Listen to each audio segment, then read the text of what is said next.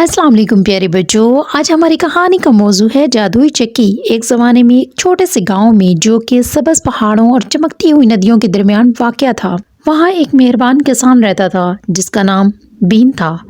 Been को अपने farm और वहाँ पर फलने फूलने वाले जानवरों से बहुत प्यार था, लेकिन उसे एक बहुत बड़ी परेशानी का सामना करना पड़ता था। हर रोज़ वो अपने जानवरों को खाने के लिए काफ़ी अनाज पीसने के लिए जद्दोजहद करता था, क्योंकि इसकी कदीम चक्की पुरानी और पोसीदा थी।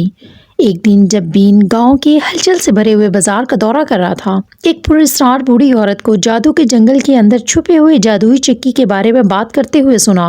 कहा जाता है कि ये चक्की किसी भी चीज को अनाज की फसल में बदल सकती है। मुतजस्सिस और किसी हद तक मायूस बीन ने जंगल में जाने का फैसला किया। उसने सामान से एक बोरी भरी और अपने प्यारे साथियों जानवरों को अलविदा करते हुए अपने सफर पर रवाना हो गया। जिस लम्हे उसने जंगल में कदम रखा, उसका सामना हवा में घूमते हुए खिजा के पत्तों से हुआ। दरख्त सरगोशियां करते हुए दिखाई दे रहे थे जब वो सिमटते हुए रास्ते पर चल रहा था। जैसे ही वो गहराई में जा रहा था, बीन का सामना बात करने वाले जानवरों से हुआ, जैसे एक अक्लमंद बूढ़ा उल्लू जिसकी चोंच पर ऐनक लगी हुई थी, एक खुश मिजाज लोमड़ी जो उसे मुश्किल रास्तों से रहनुमाई करती है। हर नए दोस्त ने जादुई ग्राइंडर के बारे में कुछ बातें बताईं। एक दिन की तवील तलाश के बाद बीन एक क्लियरिंग पर पहुंचा, जहां एक शानदार रोशनी चमक रही थी। बीच में एक पत्थर के पेडिस्टल के ऊपर जादुई चक्की खड़ी थी, जिसके चारों तरफ सूरज की रोशनी की सुनहरी किरणें दरख्तों से छन रही थीं।